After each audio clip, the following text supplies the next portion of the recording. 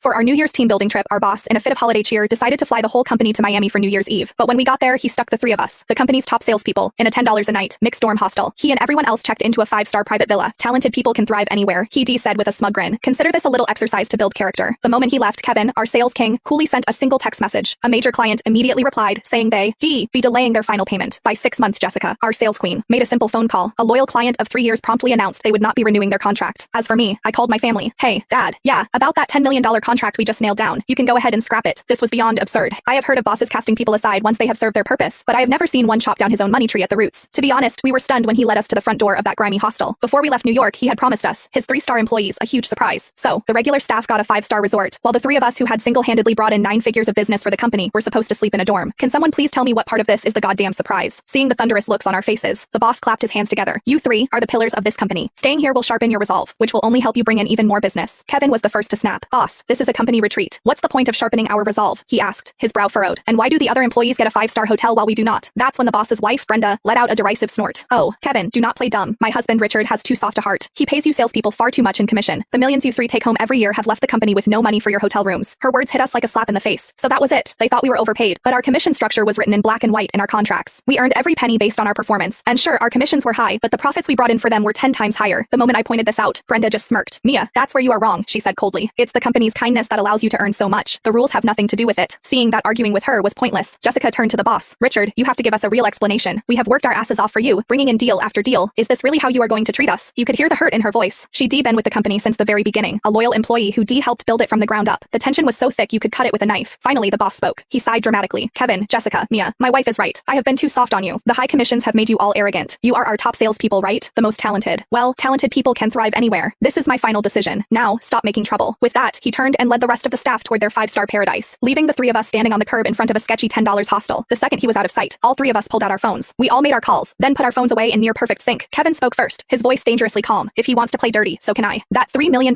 payment can wait another 6 months. Jessica shrugged. Do not worry about my end. That major client I have managed for 3 years will not be renewing their contract next year. I offered a sheepish smile, and I just told my dad to kill that $10 million deal. Truth be told, I was the youngest of the three and not quite as experienced as my 2 colleagues, but I had one major advantage, a very rich father. The business his company alone fed to ours was enough to keep the lights on and then some. If our boss wanted to make an enemy of all 3 of us at once, then we were done playing nice. I could not wait to see how high and mighty he and his wife would act when their cash cows were gone. After handling our business, we booked ourselves rooms at the same 5-star resort. We were on vacation after all. Even if we had to pay for it ourselves, we were going to enjoy it. We had just settled in by the infinity pool, soaking up the sun, when we saw Richard and his flock of employees walking toward us. The moment Brenda saw us, she let out a little laugh. See, honey, I told you. They are loaded. They just paid for their own 5-star rooms. The company did not have to spend a dime. She clapped her hands actually. Since you are all here, now is a perfect time to announce the 21 new regulations for the sales department. Listen up.